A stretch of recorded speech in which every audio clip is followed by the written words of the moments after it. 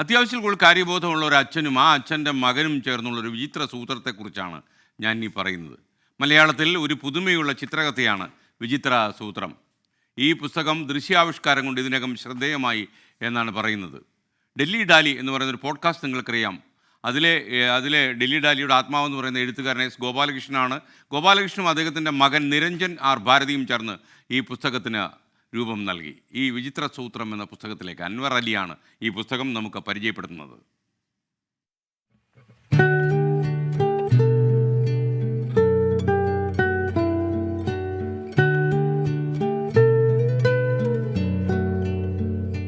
അച്ഛനും മകനും തമ്മിലുള്ള ദൈനംദിന സംഭാഷണം, അതിന്റെ ദൃശ്യാവിഷ്കാരം വായനക്കാരെ പുതിയ ചിന്തകളിലേക്ക് നയിക്കും. കേരയിൽ മുതൽ യുക്രൈൻ യുദ്ധം വരെ വിചിത്രസൂത്രം ചർച്ചയാക്കുന്നു. ഈ ആർക്കിടെക്ചർ വന്നിട്ടുണ്ട്, രോഗാവസ്ഥകൾ വന്നിട്ടുണ്ട്. പേരറിവാളൻ രാജീവ് ഗാന്ധി കൊലക്കേസിൽ ജയിലിൽ കിടന്നിട്ട് പുറത്തു വന്നപ്പോൾ ജയിലും ലോകതത്വചിന്തയും തമ്മിലുള്ള ബന്ധം വന്നിട്ടുണ്ട്. ഉക്രൈൻ വാർ വന്നിട്ടുണ്ട്. എല്ലാ ജീവിതത്തിലെ മനുഷ്യനെ സ്പർശിക്കുന്ന എല്ലാ കാര്യങ്ങളും വരിക എന്നുള്ളതാണ്. കോവിഡ് മഹാമാരിയെ തുടർന്നുണ്ടായ അടച്ചിടലിൽ രൂപപ്പെട്ട ആശയമാണ് പുസ്തകം. സ്പിനോസ മുതൽ ശ്രീനാരായണ ഗുരു വരെയുള്ള തത്വചിന്തകളെ മകൻ Niranjan R Bharathi graphic novel രൂപത്തിലാക്കി.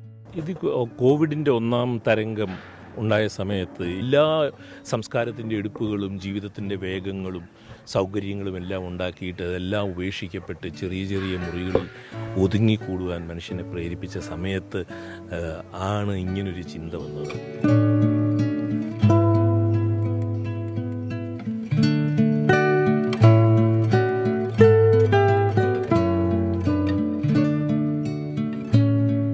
We are probably challenging one another every step of the way. Every comic that he will make, ഞാൻ യൂഷ്വലി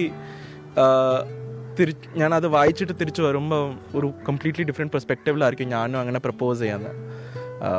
അപ്പോൾ അതിൻ്റെ ഒരു യുണീക്നെസ് ആണ്. We are not trying to be the same mind, we are being two different minds, independent minds, making one thing together.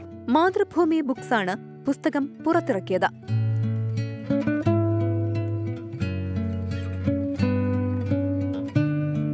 24 Delhi.